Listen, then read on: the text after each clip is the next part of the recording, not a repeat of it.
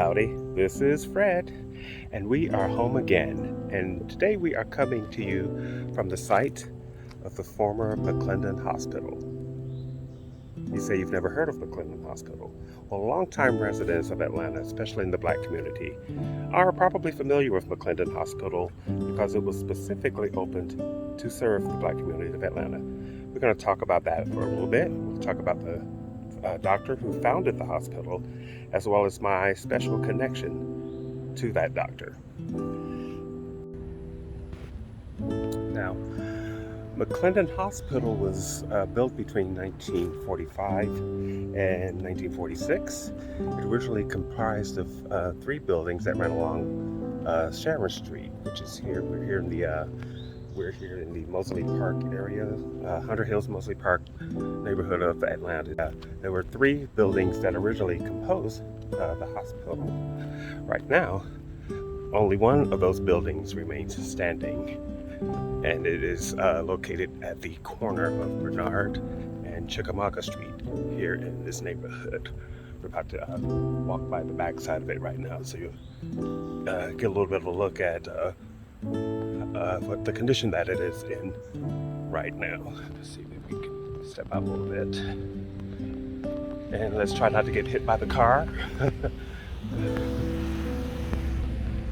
So yeah, now it was built to serve the Black community here in Atlanta by Dr. Frederick Earl McClendon. So of course the hospital is named after him.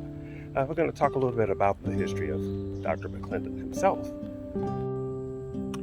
Now let's talk a little bit about the life of Dr. Frederick Earl McClendon. Got my notes here, so I want to make sure I get this all right. He was born in 1906 in Washington, Georgia. So yes, he's a Georgia native.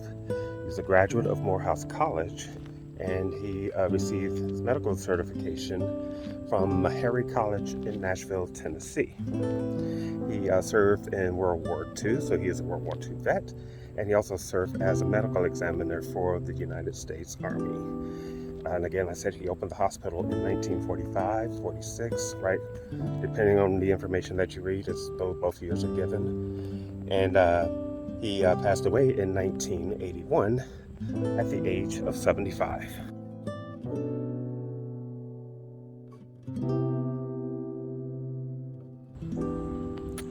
Now, unfortunately, I couldn't find any pictures of the hospital from back in its existence of service. I did find a few pictures online of the building in its various states recently.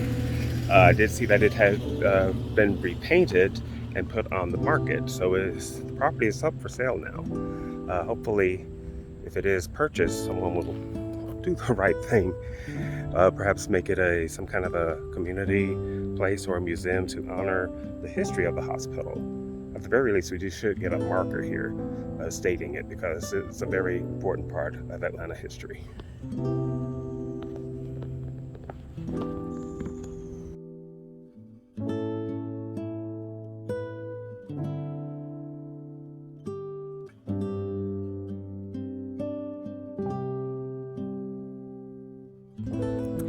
Now, as I said, I do have a bit of a personal connection with this place.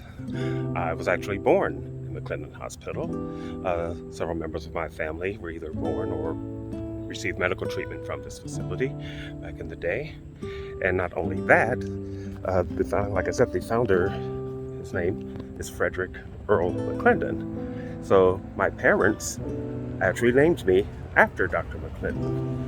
So any of you who were wondering what the E in my name stands for, well, now you know.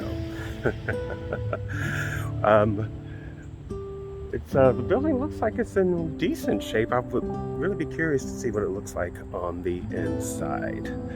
Now, again, if any of you out there have any more information about McClendon Hospital, I would love to hear about it. So please drop some comments and let me know.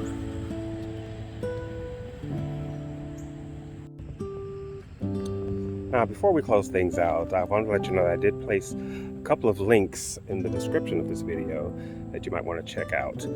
One of them is an obituary that's been posted online of Dr. McClendon, gives a pretty detailed account of his life and his legacy.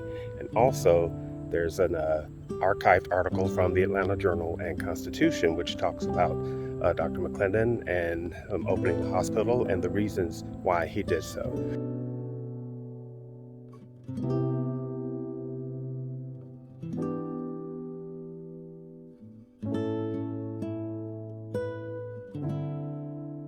So you want to take a look at both of those, learn a little bit more about a piece of Atlanta that you probably were not aware of.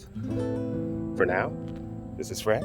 We're home again at the site of the former McClendon Hospital.